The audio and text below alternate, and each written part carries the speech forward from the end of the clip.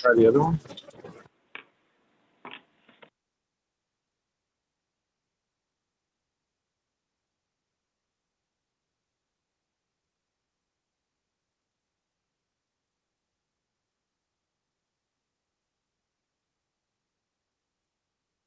Not going.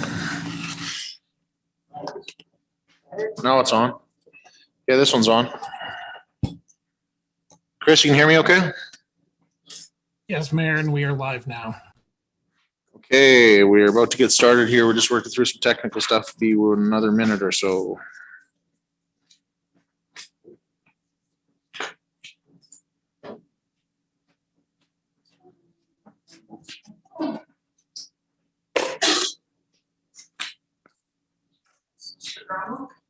Much orange spot for you over there.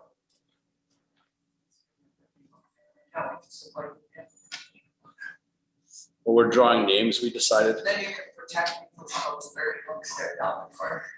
You can do it with bump it or not.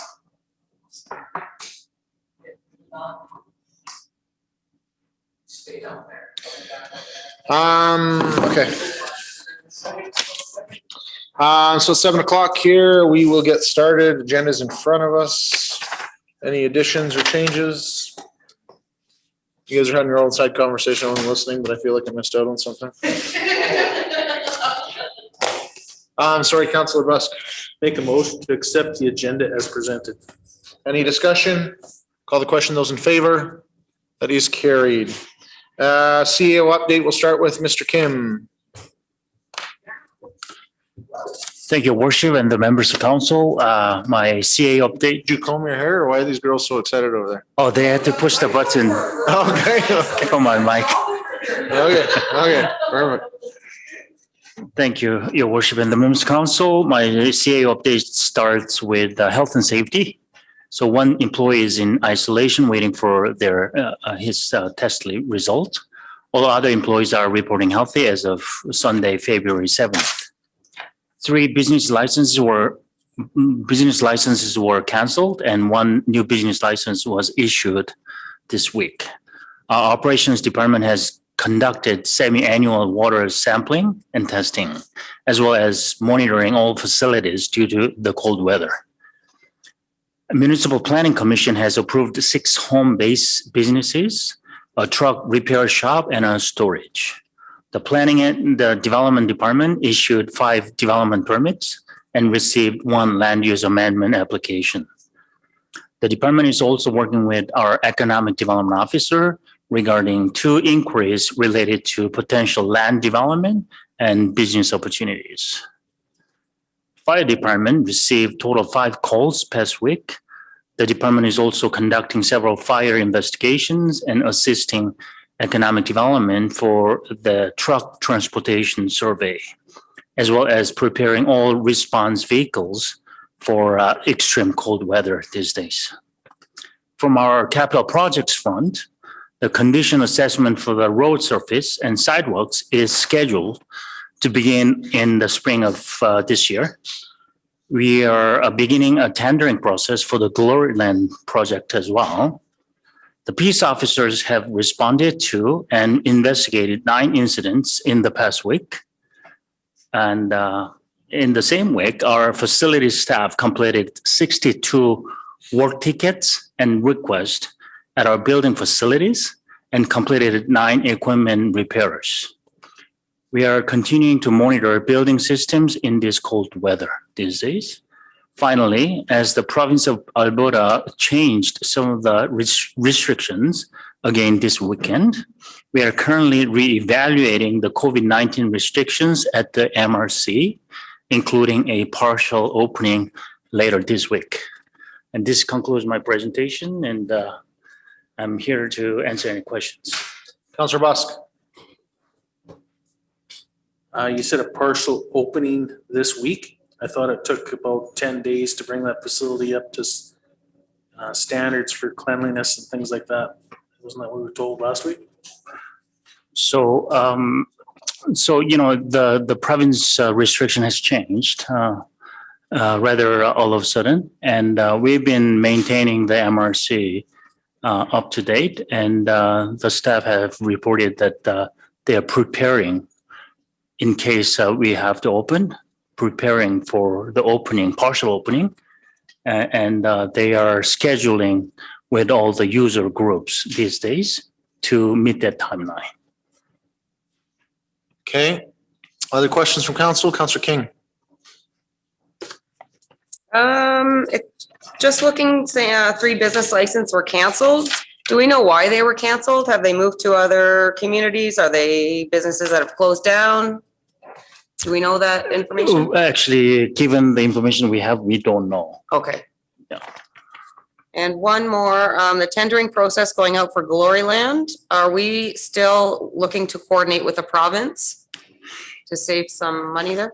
We have coordinated with the province in terms of saving some money, and that could be realized through by procuring, through the same contractors and whatnot. But we have to go through the tender process first, and whoever the contractor is has to be the successful bidder. Yeah. So essentially, the contractor that's already been selected for the province knows that this tender is out there. Perfect. Thank you. Councillor McGregor.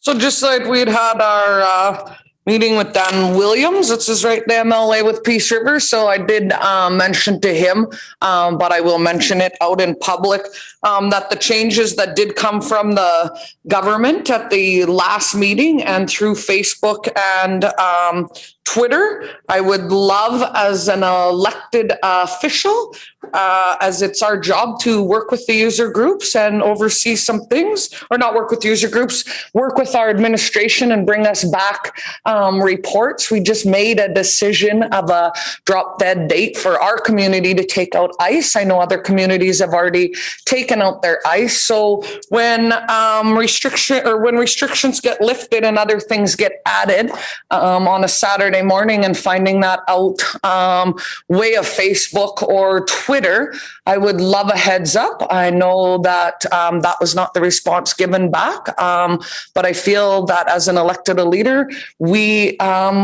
it's our job to lobby. It's our job to work for the people. And when we get the notice that comes on Facebook and someone phones and says, yay, my kid can go dance, and I have absolutely no idea what they're talking about because that's the information I was given a few days before. Feel maybe we could do a little bit better job as a province on some of that communication and bringing that out to other elected officials with a line of respect. Okay. Other questions, comments? As I see none, we'll jump into the agenda. Okay, so reports of new business. Our first one is supplementary assessment bylaw. Roland, it's yours to take it away. I will just, Councillor Ferguson. It is. Okay. It's important you see that light. There you go.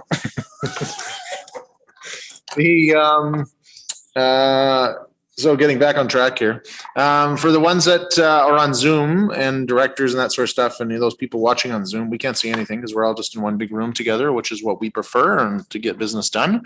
But we don't see you. I don't even know where I was going with that one. But anyways, Roland, I guess it's yours. Take it away. Good evening, Your Worship and members of council. So the purpose of tonight's report is to pass the annual supplementary assessment bylaw, bylaw number 04-2021. So this is an annual process that the town has been doing for a number of years. Just a bit of background, if the municipality wishes to pass this bylaw, it has to be passed before May 1st in the year. Generally, we bring this forward in February. And so this just captures some of the partial construction, partial builds, partial assessments that happen throughout the year. And we work with the assessor to identify that and then collect a little bit of tax pre-hand.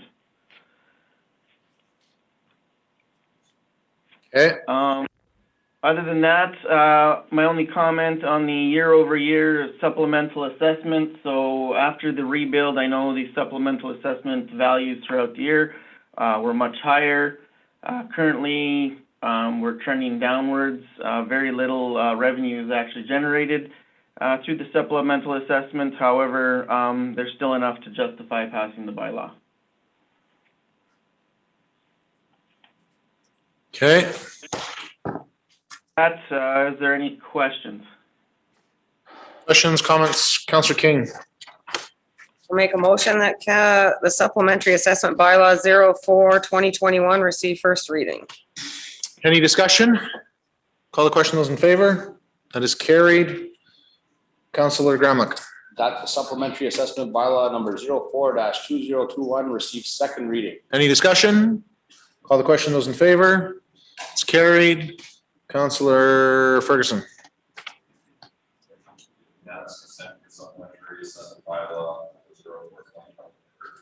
Any discussion? Call the question, those in favor? That's carried. Lastly, Councillor Brundle. No. There we go.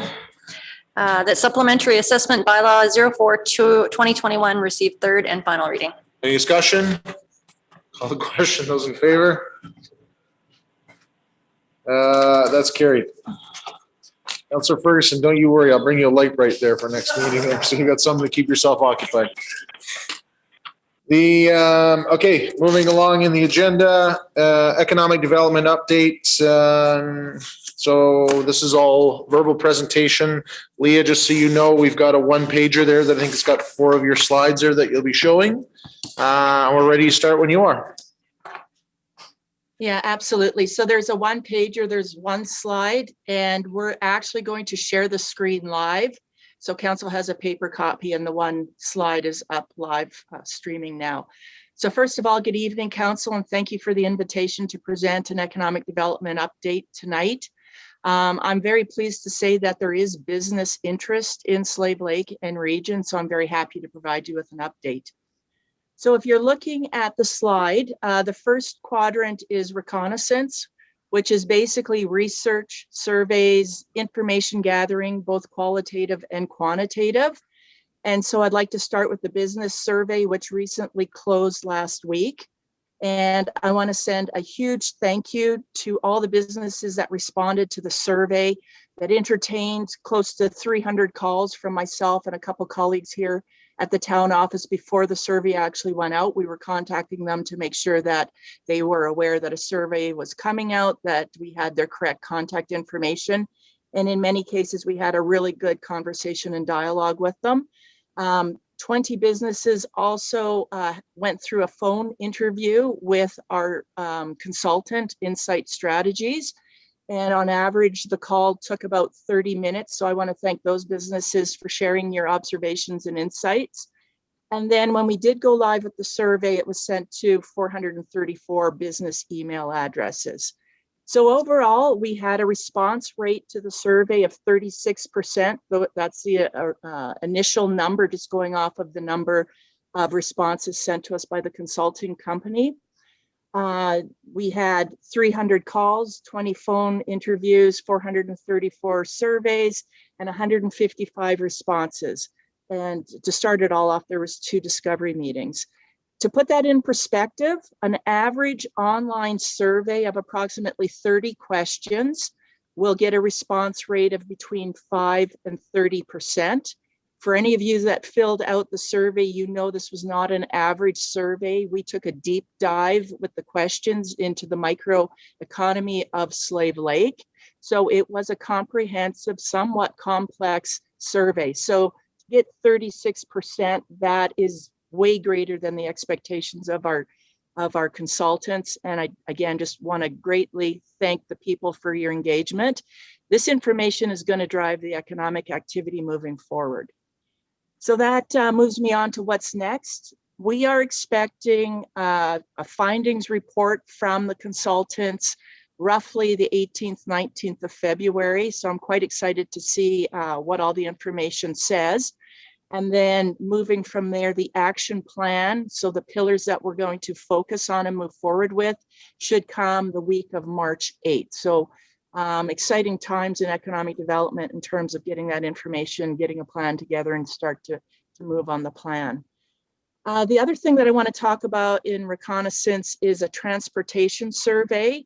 So the planning and understanding logistics is now underway. The purpose of it is to understand product flow into the Slave Lake, the town of Slave Lake. So it will be an on the ground type of survey. We will be looking at long haul trucks that are transporting goods into Slave Lake, and we will be figuring out locations at the 3 highways that come in. We are looking at trying to hold that in the next month or so, but I'm just working with Alberta Transportation to understand the logistics and the timing. If we move to the next quadrant in the top right corner where it says readiness, that's basically investor readiness. And that is, I want to outline some of the projects that we're working on in terms of attracting and retaining and keeping business in Slave Lake. This is providing investors, current businesses in the area, as well as visitors with the information and the things that they need to be able to do business with us.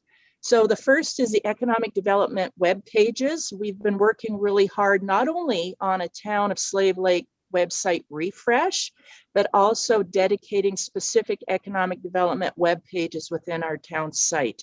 So what you see across the top there are some key buttons or tabs. When we do roll this out, that will show you more or less how we're trying to organize the economic development web pages or the site map. So you'll be able to click on things like about Slave Lake, that will talk about the lake and stats and a business directory, key industries, and I believe we're going to list 5 key industries in the area. Investments, so for those that want to invest, there's maps, there will be land available, those types of, that type of information. Business buy and sell, that's more for our local businesses in town. So what's available in terms of turnkey operations that might be available, what franchise opportunities exist, and then even information in terms of how to start a business. Moving over, there will be a grant and funding page. So we are constantly monitoring any grants that are available, either through the provincial government or the federal government and partners that offer financing. And then finally, we want to acknowledge our partners, because we're not the only one working on economic development. We have partners that are important in terms of aligning and working together, and we want to share links to their website. The other thing that I want to mention while we're talking about web pages is there is the Slave Lake Region website, which is a tourism focused website. We have also engaged with the company that has set up that website to renew our subscription, to fix broken links, and to start updating that information on that tourism site. So that hasn't been done for a couple of years. So we're getting that one up to speed. The next part that I want to talk about under readiness is promotions. So we will be building investor materials. So when we actually do have investors come to the town, and we have already, that we have really good professional looking material that we can leave them with, or that would even be available on our website. And we will be able to garner or take a lot of the information and content that we've created for the website and build that into the investor materials.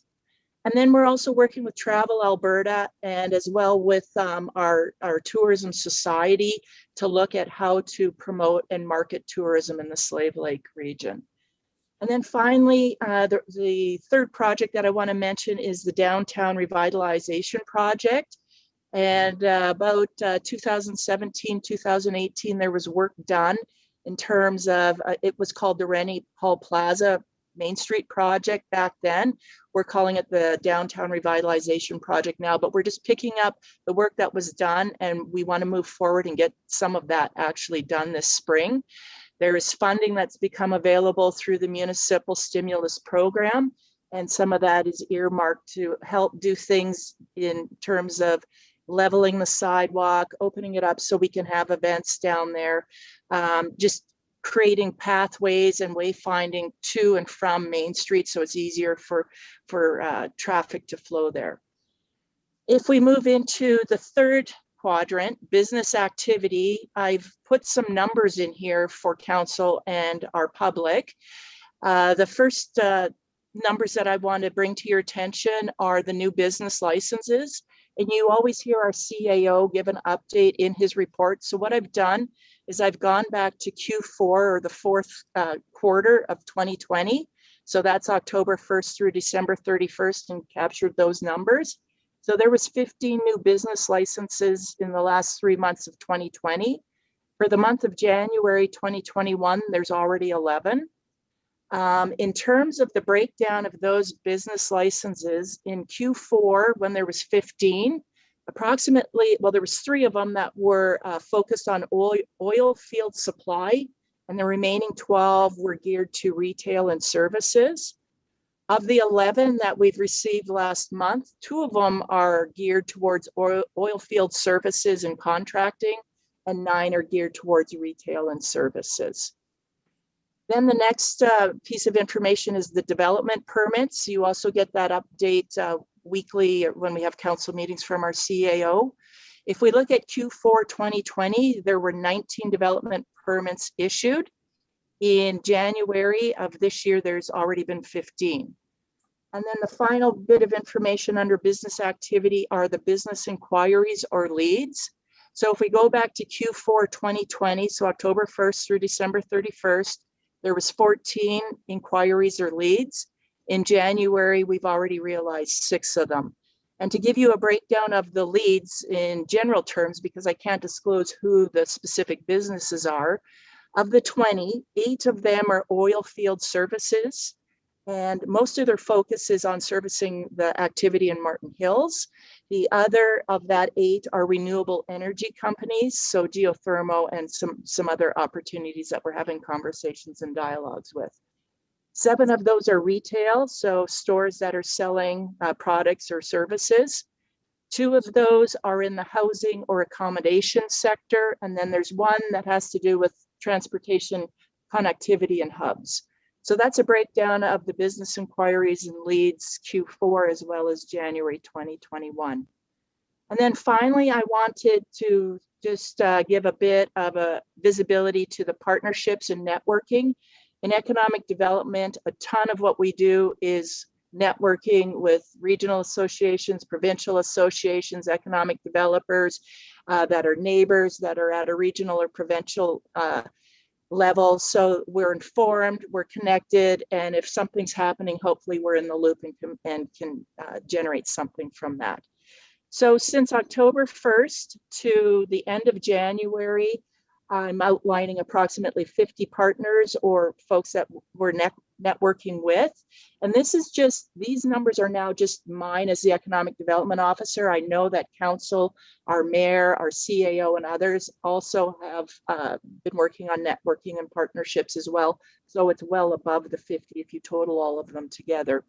But at a national level, there's 3 that I would say qualify as federal or national. One of them was my meeting with Senator Black. There's Indigenous Tourism Canada, and one other around financing for small businesses that comes through the Government of Canada. There's 20 that I've marked as provincial, and that's dealing with organizations such as Alberta Innovates, Alberta Environment Parks, Alberta Transportation, Alberta Jobs, Economy and Innovation, and several others. At a regional level, there's 8. So to give you a sample of what those regional, some of them will look like, I'm part of the Grand Prairie Regional Innovation Network, working with Alberta Health Services at a regional level, have a meeting with Edmonton Global also at a regional level. And then in terms of the local, there's networking and partnerships with and ongoing partnerships and dialogue with organizations such as the Chamber, Alberta Labor and Immigration, Community Futures. Before COVID restrictions got tight up in the month of November, I was doing visitations to businesses. So I was actually going and visiting stores while it was safe to do so. So that is basically a snapshot of the activity for the 4th quarter, 2020, and the first month in 2021. And moving forward, you can expect to see more of these kind of updates and metrics on on a quarterly basis. And that's it for my report. Are there any comments or questions? Okay, Councillor Ferguson wants to start. Thank you for going through this, Lee. I do have a question here. So when I'm looking at quarter 4 and I can compare it in proportion with January 2021, it looks like January 2021, we're on for like a really good pace. Do you think that's an indication of, more optimism in the area, or just that's kind of an anomaly?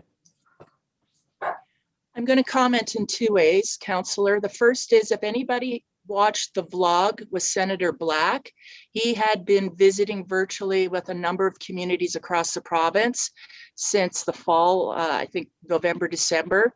Slave Lake is the first community that he said he visited that has optimism, things are happening. So that's my first point. The second is, this is a snapshot in time. I'm actually considering this a benchmark. So I don't want to assume it's a trend. It looks very positive and hopeful. We'll see what happens in the next quarters, and then we'll be able to compare trending data at a later date. So it looks positive, but I can't comment if it's a trend. Thank you. Okay, other comments? Councillor Brandel. Thanks, Leah. These metrics are great. I love these kind of updates. When we talk about the stuff that's happening and the stuff that you've been doing, I just cringe to realize that when we didn't have someone in your position, all of this was just going out the door and not being captured. So really appreciate everything that you've done. And I really like these updates, so keep them coming. Thank you.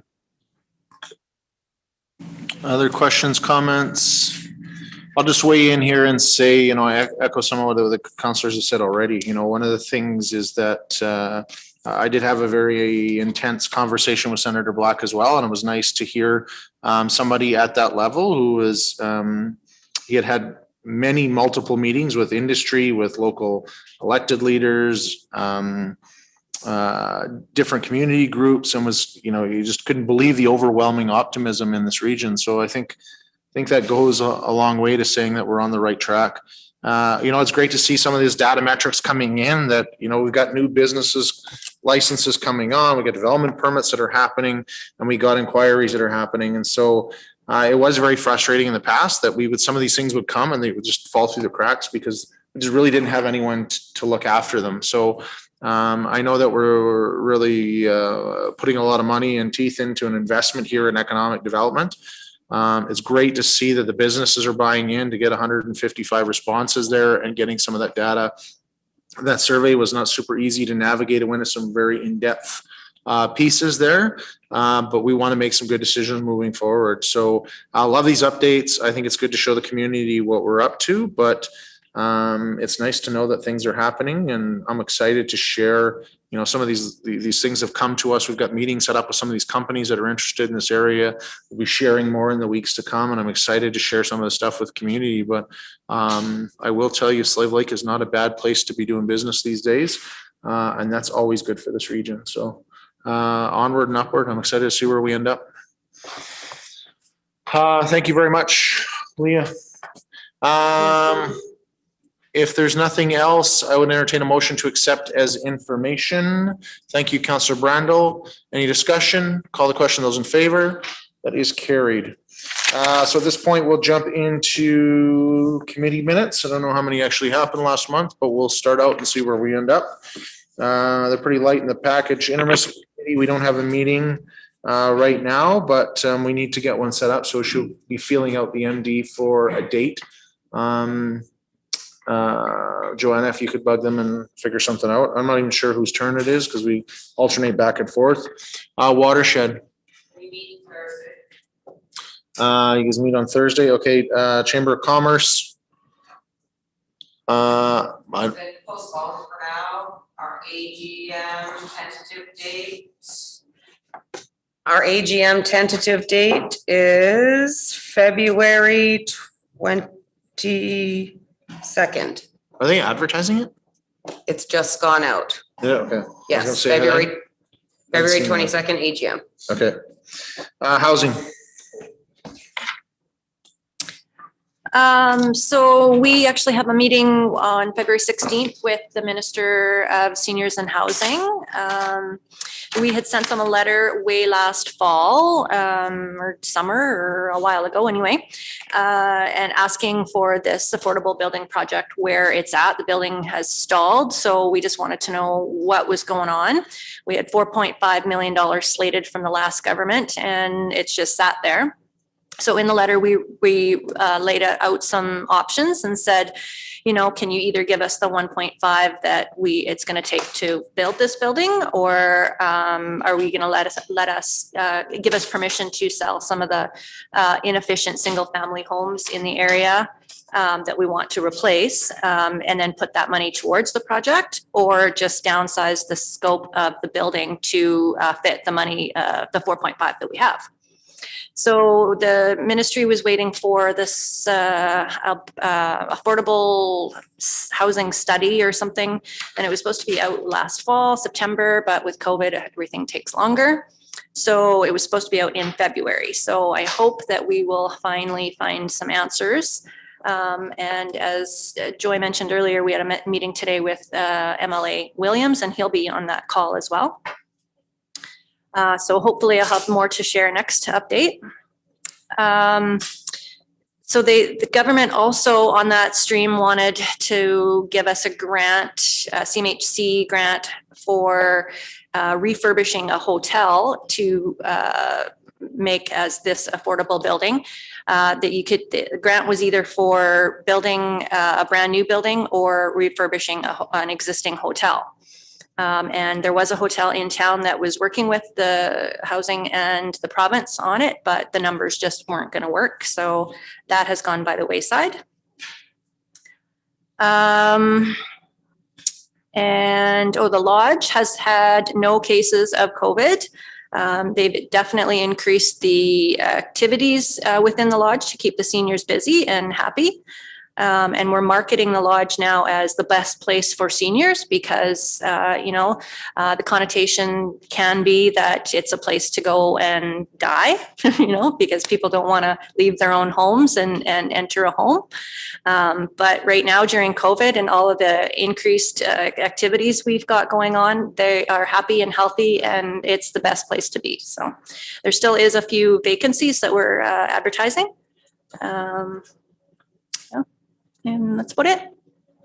Okay, so because they're all under one roof, they can probably mix and do whatever? Or? They can. And we're watching who comes in and out of the building. It's just like home care and So if I want some games of crib, I got to move to the lodge. That's right. I get all my friends together. Maybe we should take some of those vacancies and we start seeing each other again. Yeah, and I've seen posts by people on Facebook that are just loving it, like within the lodge. So. Excellent to hear. Councillor McGregor. So I'll echo that it's a blessed place for seniors. We did a 101st birthday for Don Jensen's grandma, and the staff that was there outside and dressed up and taking pictures and showing, and everyone in the window had a big smile on their face. So, I mean, hats off to the staff because there hasn't been family allowed to be in there, right? It is still a closed facility. So those staff are there, interaction of fun and games and crafts and all of that. So hats off to that staff.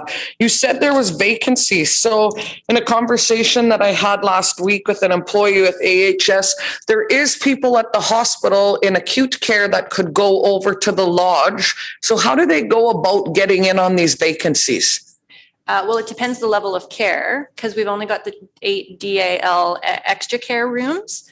And I believe those are full, but so if they are like general population, then just contact the lodge. Okay, so they're just general population rooms that are vacant right now. Yeah. Okay, perfect. Thank you. And I believe they have singles and doubles. So. Okay, perfect. Thanks. Yep. Any other questions for housing? Going once, going twice. Tri-Council Health. I'll comment on this right, but I'll. No problem. All right, so Tri-Council Health. So we'll start with the positive and then we're going to have a serious talk about some things with health. So. Can we start with the other ones and then end on some positive or no? Huh? Is that an option?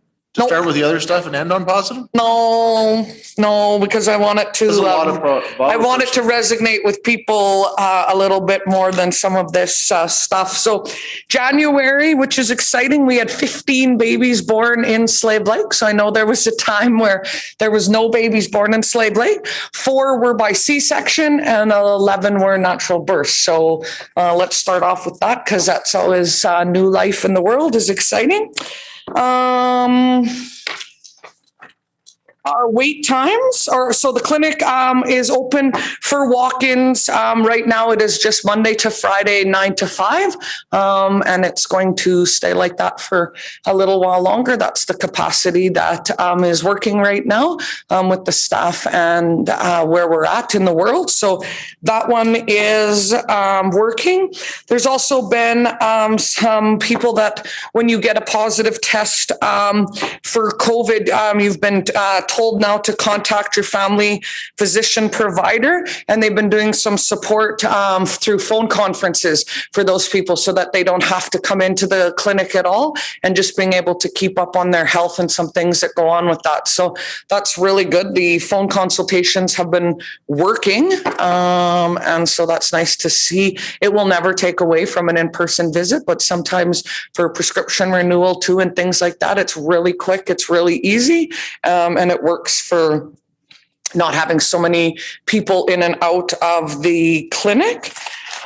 Time waits for a doctor is 7 days and 8 days for a nurse practitioner. So we're still well in our scope of being able to see people. The clinic is still open. So for some reason, we got it reported to us that some people in the region and around have thought that maybe the clinic is not open. So the clinic has never shut down through any of the pandemic since last year.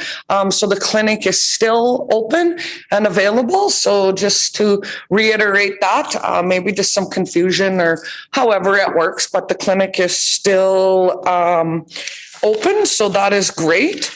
So when you go into the clinic, so we're asked just to go over and just provide how when you go in the clinic. So you can have your own mask, and they encourage you to wear your own mask when you're going into the vestibule through the doors, and when you're coming to the girl that is going to check you in ahead of time, but they will give you a mask. So you can wear your own mask into there, and they're encouraging you to do that just in case there's 2 or 3 people waiting as the girl is doing her job, or man, whoever is at the front doing their job. But then they will ask you to take off your own personal mask. My recommendation, I won't tell you where to put it, but usually put it in your purse or your pocket or somewhere, but you take your own mask off. Then you will be given a mask, and then you will wear that one into the clinic. So not to be mistaken that if you have your own masks and you've bought all of that kind of stuff, you can still use them wherever. This is just an AHS rule. They will give you a mask. You will wear that mask. And you're also encouraged to phone and let them know that you are there for your appointment. You can wait. They have it roped off now, and have for a while, where you can sit, or you can just wait in your vehicle. And when it's your turn, they will call you, and then you can just come in. So your choice, if you would like to wait in the clinic area, or if you would just like to wait in your vehicle, whatever you feel safer, more comfortable, however that works, that's totally your discretion. It's just an option. Their preference was to wait in the vehicle. Oh, their preference is always to wait in the vehicle, but I mean, that doesn't work for some people. And some people also come and get transported patients or walk-in patients that may not have a vehicle to wait in. So that's okay to still use the waiting room to do that. The other kind of shocking thing and that got brought to us is our staff down at the hospital is feeling some mental health issues, and a lot of the reason, and I was going to try really hard for this not to be personal or upsetting, but it is. Take a minute, Joy. It's okay. So they've had almost weekly People that have entered our clinic and our hospital with a suicide plan. I will tell you the toll that suicide leaves on people that are left behind is unbelievable. So as we have been questioning a lot of our morals, a lot of our values, a lot of our beliefs, because of a global pandemic, we've had a lot of judgment on if you should wear a mask and if you shouldn't. We've made a lot of things public on social media about having 52 cases of COVID in a region with 10,000 people. I can tell you that rules have been broken for many, many years. You pay the price for breaking rules. Some of us that have been breaking rules out of the womb know that there are prices to pay for rules that we break. But I can tell you that a mask will not save anyone from making a choice to take their own life. So before we start making these harsh judgments and these rude comments on social media about somebody, if they would just put a mask on, we're in this predicament because not enough people wear a mask. I will tell you that a mask will not save you from committing suicide. It is a tool that's been in place for COVID. We have a hospital right now and Alberta health care workers that are at their rope's end. Not all of it has to do with COVID. In our community and in our region, we are seeing an increase in suicides and plans almost weekly coming. This is a scary thing for our region. And so maybe a little less judgment.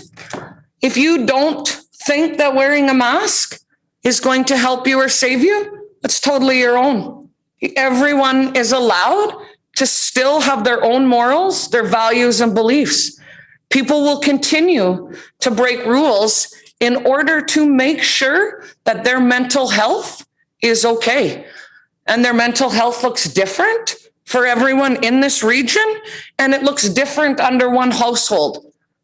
But I will tell you that suicide is serious. We do not report numbers on that because right now we have been so focused on only producing numbers for the public, for the world, for the province, for all of Canada on COVID. But there is a lot more going on in the world than that.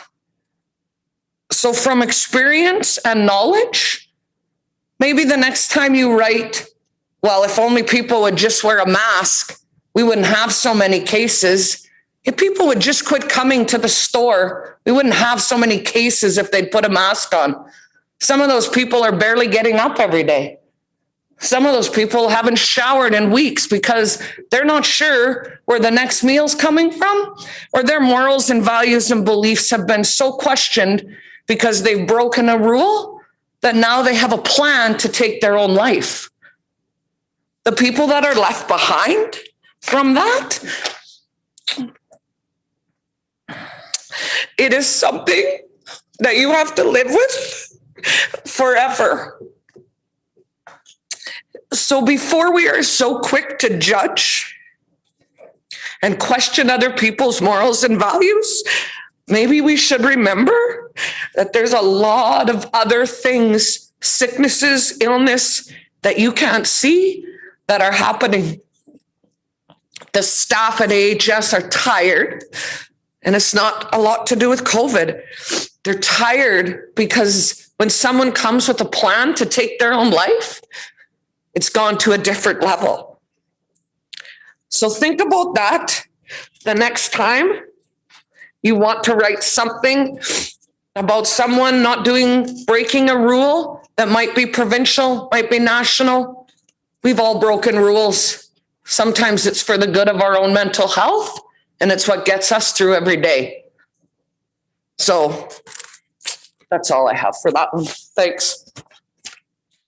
Okay, Thanks, Joe. That's pretty heavy stuff there for a council meeting. I will say that, that information is quite concerning and quite alarming. So I guess the first thing would be, being our liaison from the Tri-Council Health perspective there to the staff of that hospital, and you do a fantastic job of connecting with the people locally. Realistically, what can we do to help? And B, is there enough mental health supports to help if we're seeing an influx, a growing trend in that area? Is there any resources coming to help? And if not, maybe that's where our job is, to relay that stuff a little bit higher up the chain. Yeah, I'm going to have a meeting with our team here of some AHS people for next week. I just thought maybe if the public thought about that for a week, they might also be able to think of something that they can do as well to be a champion for some of those AHS workers that are seeing and living some of this stuff weekly. So I will let you know, though it's on my radar and on my list to have a meeting and see what we can actually do as elected officials, and then maybe just as a community for some thank you and some supports for some of those people. Sounds good. Any other questions, comments? If there's none, we'll keep going and jump into library. Tourism. Oh, we got an AGM this week. Right, no, tourism. Sorry, I had my check mark too quick here. Just that this Thursday at 7 p.m. we are having the AGM by Zoom. So if anybody from the public wants to join that meeting, please contact me or Joanna, and we will hook you up with a Zoom invite. There's going to be Leah Jones is going to be on there, our economic development officer. Somebody from Travel Alberta is going to be on there, and we are expecting, 10-ish people so far. So definitely open to the public, though, if anyone wants to join. On that note there, or whatever else there, I know we're throwing something out, promoting it there on our own town page and our town social media stuff. And I was thinking about connecting with Chris to just do another push there and do a video, but rather than me do it, I thought maybe one of you guys would want to do it. Do a quick 30-second, hey, there's something going, you're interested in tourism. This is all about growing the area. If you ever wanted to have a voice in here or whatever else, that I was wondering if one of you wanted to jump on with Chris and do a 30-second thing, and we could promote it over the next 24 hours and try and get that number up over 10. Sure. Okay. Do you just connect with Joanna, and in the morning, try and do it first thing in the morning, and then he can throw it out by lunchtime, and then we can promote it for the next day and a half and try and get something out. Any other questions comments on tourism? Sorry. Sorry, Joy, we'll go back to library. Library. So as you know, libraries are not in this stage for opening, so we are still closed. Curbside pickup is still available, and they still are doing 4-day quarantine on all incoming library materials. So if you've seen some of their social media today, they just had a whole bunch of quarantine books that they were just putting back out, so they keep them quarantined for 4 days. They did accept an art exhibit, and that would be from January 27th to February 24th. But because no one's allowed into the public, then they'll just send that one back. So we still might be, when the library opens, looking for a local artist to display stuff. So I will keep you guys up to date on that. The writers group, and they have a book club. They did a reading challenge for 15 minutes, and they incorporated with the school. So they had over 900 participants read for the 15-minute literacy day. So they're still working with the schools and partners in Slave Lake. And then they had their big window display too, where you could make words out of a crossword and that. And that one got a lot of publicity and did good too. So the library continues to do a really good job, and they continue to just wait until it is their turn to open back up to the public, and they'll be ready to go. That's it for the library. Questions, comments? See none. Naming advisory. Have not met. Community features. We meet next week. CEC. So we did not have quorum in January, so we're going to be meeting in February. And one of our initiatives then is to build back up. We lost 3 really key players on our team. And so we're going to build a strategy and then kind of look for some people again to join it. So I'll keep you posted in March how that one goes. Bryce Homeless Coalition. Meeting January 28th. Several stakeholders couldn't make it, so it was a rather small and quick meeting.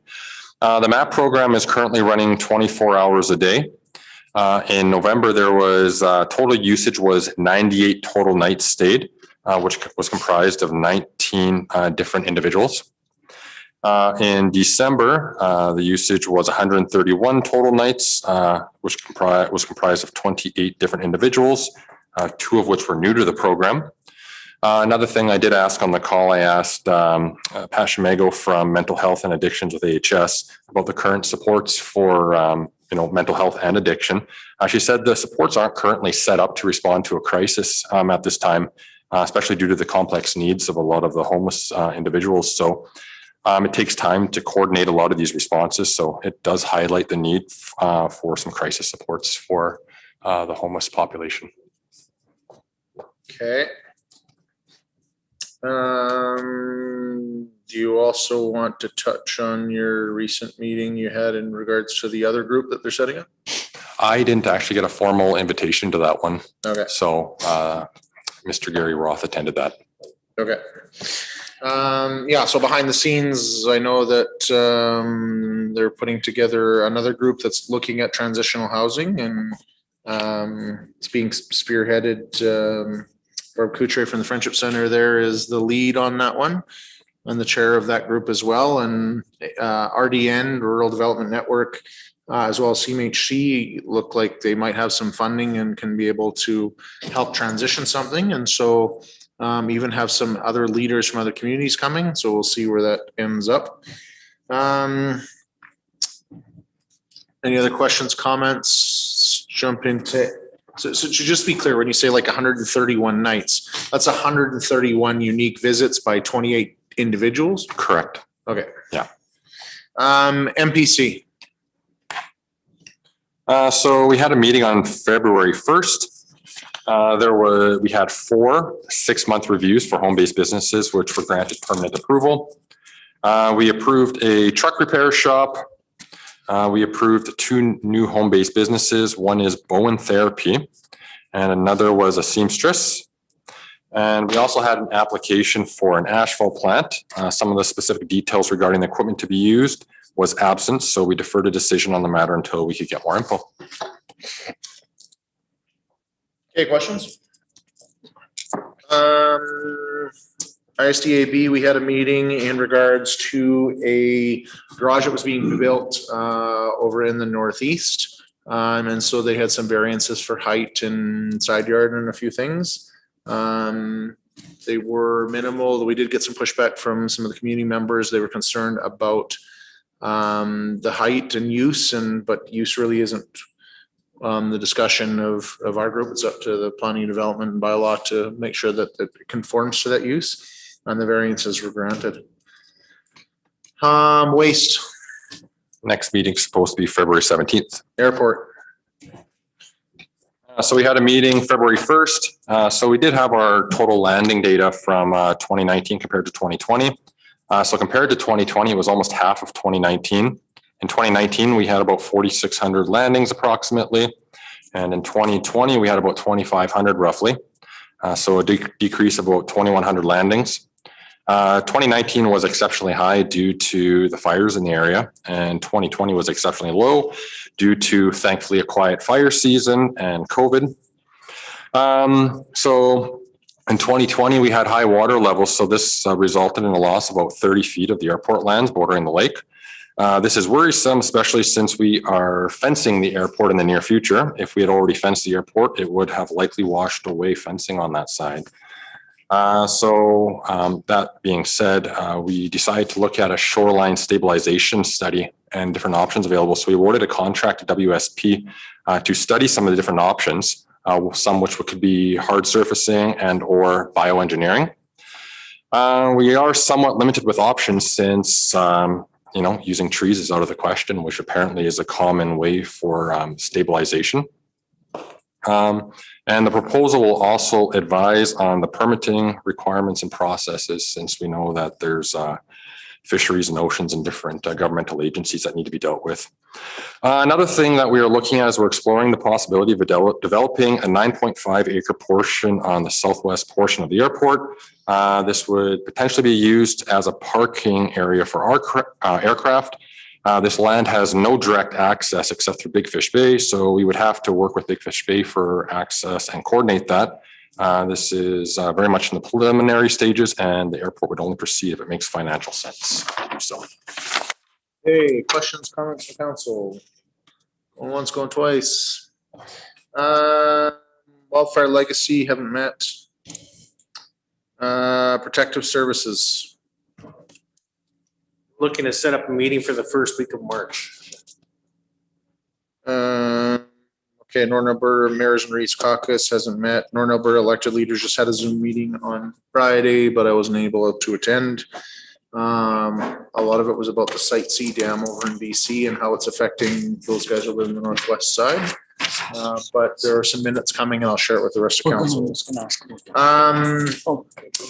Motion to, sorry, what? We did speak a few months back now, maybe, about meeting for disaster services. Are we still planning on doing that at all? We haven't done that yet. Yeah, so basically we have a disaster services committee that's supposed to be our entire group. When we talk about emergency planning, emergency response, kind of went by the wayside, but ideally the time to do it is kind of March, April, to have a discussion and have it before we see the big season start up.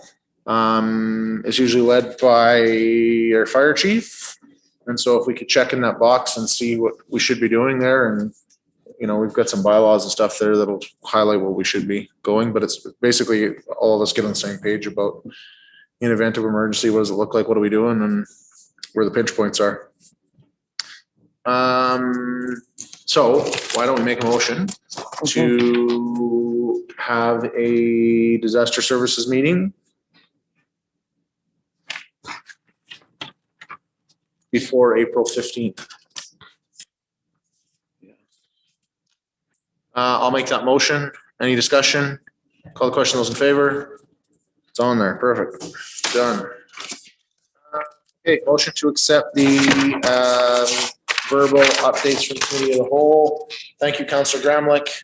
Any discussion? Call the question. Those in favor? It is carried. We'll jump into the management task list now. Mr. Kim. Thank you, Worship and the members council. I have a number of tasks to go through, so I will be quick and concise as quick as possible.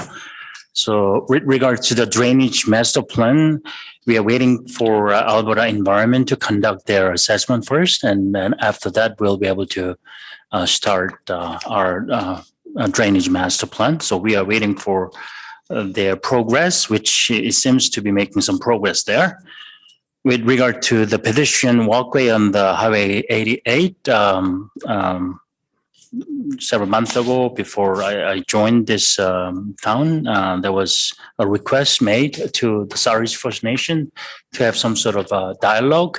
That meeting didn't happen. And at this point, it appears that all the costs are upon either the town or the, whoever initiates this project. So it is estimated in between $300,000 to $500,000. And so this is something that we can continue to investigate and come up with some sort of recommendation to the council if the council wishes. Okay. With regard to the peace officer appointment. Sorry, before we jump off that, any questions on that one? Okay. With regard to the peace officer appointment, the Solicitor General's office was conducting a pilot project, and we are still waiting for that project to be completed. And upon that, they will give us some direction, one way or the other. Okay. Regarding the crime reduction initiative and our community services director have met with the county that executed that, those security cameras. And after all those deliberations, it is seen that financially and for different reasons is not feasible for our town. But in the meantime, per the direction of the council through our budget process, administration is developing a crime reduction strategies and will report back to the council. Regard to the council. Sorry, Councilor Foster.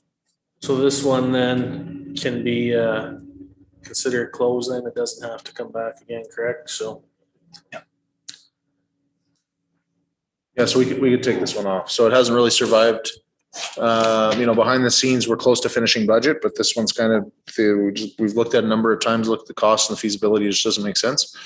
That being said, I do want to somehow capture the fact that you guys are working on some internal crime reduction strategy and that comes back. Yep. So maybe we start with a motion that administration bring back a crime reduction strategy.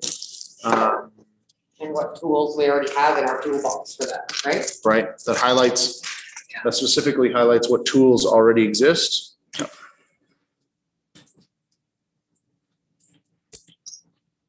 And ideas and options for enhancing that level of service. That makes sense? I'll put that motion on the floor. Any discussion? Call the question. Those in favor? That's carried. For those that are watching, we're big on motions here because sometimes we talk about stuff, but then we forget to capture it and make sure that we follow up on it. So we're trying to do a better job of that. But for this one specifically here for motion 65-2020, let's call it complete and moved on. So council procedures bylaw. So this bylaw was about whether or not we will need to continue the virtual council meeting. And our response to that is, as the COVID restrictions vary as time goes, we'll just keep it as it is. And that gives us ability to do virtual meetings. So it is status quo as it is. Okay. With regard to the REQ for engineering and legal. So legal REQ has been finished and the staff review has been completed and there'll be a report coming to council with the recommendation. With regard to the engineering, we are preparing a report, REQ, so that those that are interested in, including the existing engineering consultant, can bid for it. So it's currently our project manager is working on it. Request for proposal or our request for qualification. So either or, it's Terminology. Okay. Yep. Okay, nothing. And the next one is the school bus exit. So the administration, especially in the project management and engineering staff, have taken time to investigate from the engineering perspective.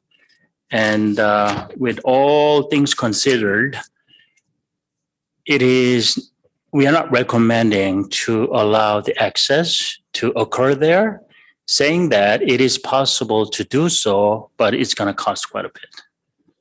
So there are existing street lights, existing open swales, the number of conflict points, if that access occurs, the current Caribou Trail speed. So we considered a number of things from the traffic flow, traffic safety, geometry perspective, and it is not really feasible. Saying that with the engineering measures such as removing streetlights and building tapers, etc., with the signage, traffic control and not, it is possible, but the cost will have to be borne from the school. Okay, so have we communicated with them? Because the motion is about them coming to talk to us. Are they considering it dead? Are they still gonna come and talk to us or what's going on? So far, we haven't communicated to them yet, but this is our first report to the council Okay, saying that, so. so if we're publicly saying that, we should get on communicating with them tomorrow. Okay, Okay. zoning in Main Street. So the report is coming on the next council meeting. Okay. And our recommendation. The last one is the Legislative Lake River Watershed Council collaboration with our staff. And we had a collaboration meeting with them, and it turns out that it's gonna take about 10 hours of our time, which we can definitely do so. As well, we work together to select the location for water sampling, which is the downstream of the weir. So everything goes well, and it seems like a good collaboration happening between the town and the watershed council. Okay, so this one's basically complete and moving forward. Complete. Okay, questions, comments? Administration looking into that one and figuring it out and making it work.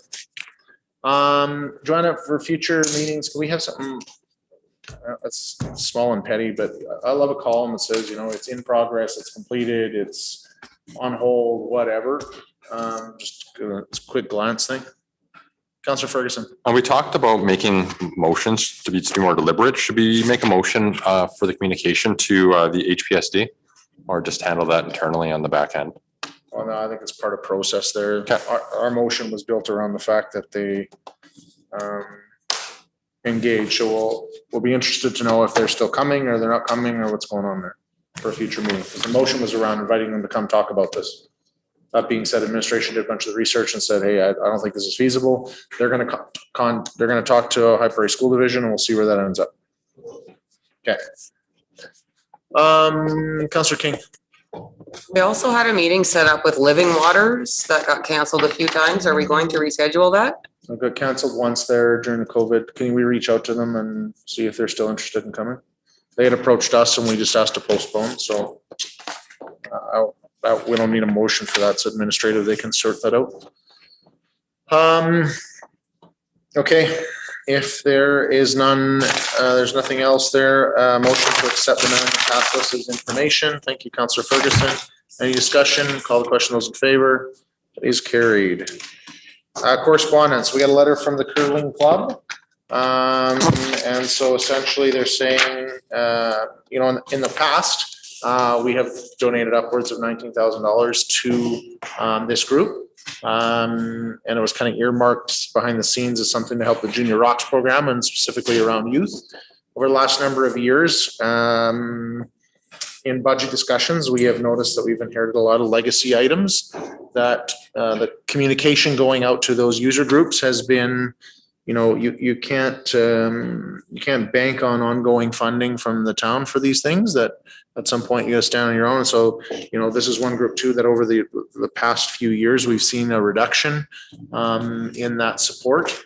I want to say off the top of my head that, I shouldn't say off the top of my head, but it is at least a 50% reduction from where it is now, or just less. At the end of the day, as we go through budget, and we are very close to finalizing budget, we'll take this into consideration because this is one of the items that we'll be discussing and we'll let them know. But the messaging that should always go out is that the town should not be relied upon as a reliable funding source. We believe in growth and helping and supporting groups. And we'll continue to do that. There's more than one way to support a group other than just financially. But if your model incorporates us as ongoing sustainable funding, you might have to adjust your model a little bit. So we'll take the request under advisement. I appreciate everything the Curling Club does. I understand it's a volunteer organization. I understand the building comes with significant costs and operational. And I know COVID sucks and has not helped anybody's bank account by any means. But there is limits to what we can do. And I will say that behind the scenes, we're focused on our own buildings and bank accounts at the moment too, that we've seen some significant impacts there as well. So once again, it's part of the finalizing budget discussion here, and we'll make those decisions and follow up and let them know. Mayor's Corner, it's been busy. So, first off, Frost Fest going on this week. Thank you to our administration and our team to look at new creative ways of doing things. A observatory seems to be a big part in there.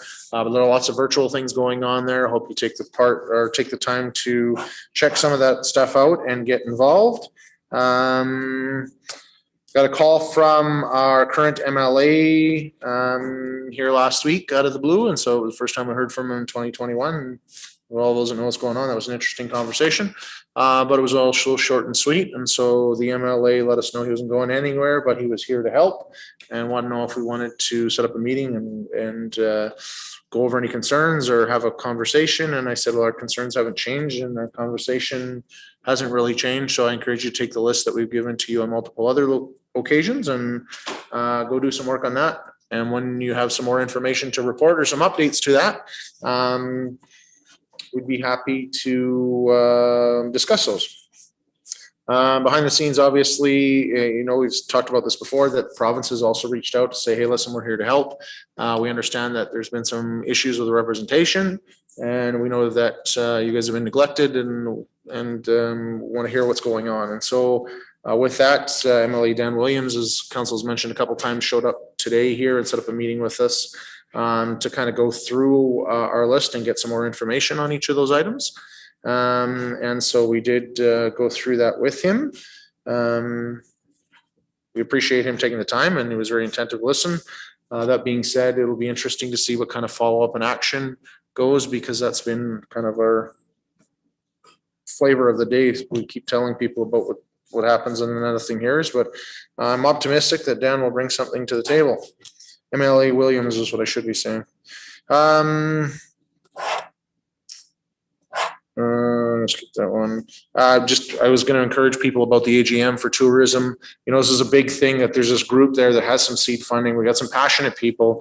Tourism is a big part of this region, and has some crazy untapped potential. And so I've got some feedback actually in the past from people that said, we're spending too much time on it.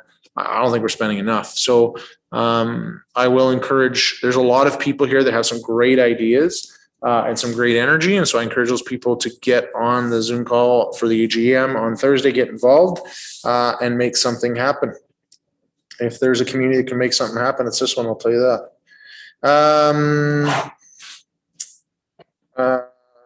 New staff sergeant with the RCMP will be announced formally here in the coming days. So we're excited for that process to keep moving forward. The current acting one, Don Reset, and I will be meeting this week to get ready for kind of an open house that we're doing virtually next week with the community, kind of say, hey, what's going on, and get some feedback. Our communications team here at the town has been promoting that event coming up next week. And so we're starting to see some questions flow in. So if you've got some questions for RCMP about what's going on, or policing specifically, I encourage you to go onto our website and give that feedback. Council spent a couple days in budget last week, and I'm excited to say that we are very close to being finished. And so the budget process will be moving along, and I'm thinking, Mr. Kim, like when will we? Probably first part of March, I'm guessing. Yes. Okay, that budget will come publicly to the public. Publicly to the public. Is that the most professional way to do that? It's been a long day. Community open house I talked about. Lots of calls about ICE. What's going on with our facilities, what's going on with ICE, what's going on with these facilities that are out there. And so, Councilor McGregor alluded to it earlier, but basically we don't really get a heads up on any of the stuff that's happening. So all of a sudden we find out on Dr. Hinshaw's update when it shows up on my Facebook, just like everybody else. And then when they scramble and change it on Saturday and change it on Sunday and then change it again today, we're finding out just like everybody else. We have no information. What I will say, though, that is more important to remember is that, the town provides a facility for ICE, and it's the users who determine what it's going to be used for. And so behind the scenes, we are talking with those user groups this week to try and figure out and formulate a plan. Last week, there was kind of no inclination that we would have anything in this season. Now there's something, but it's something totally different than what we've had before. And so we've got to see how that fits. There's a lot of people that are passionate, say, just open it up and we'll rent ice. Well, I don't even know if legally we can just rent ice. Some groups we maybe can, some groups we can't, not even sure on that.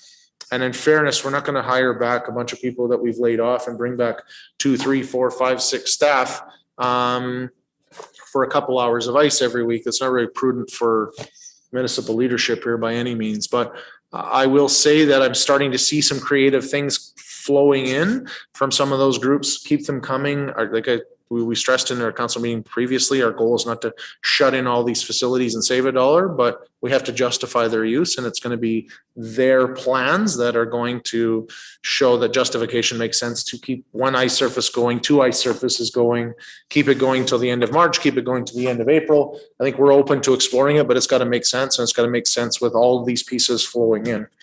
So we'll see that where that ends up. I know minor hockey was meeting tonight, and Gary and Jill are working hard behind the scenes, and hopefully we'll have some more information towards the end of the week and kind of go from there. Other than that, it's freaking cold outside. Hey, it is freaking cold. And so hopefully this is the only cold spell that we get or whatever out there. But I was just thinking about what I have to go do next. And I was thinking how cold it is. So I'm digressing again. And so with that, I will say that we're ready to call it a meeting. Councillor Busk. Make a motion to adjourn.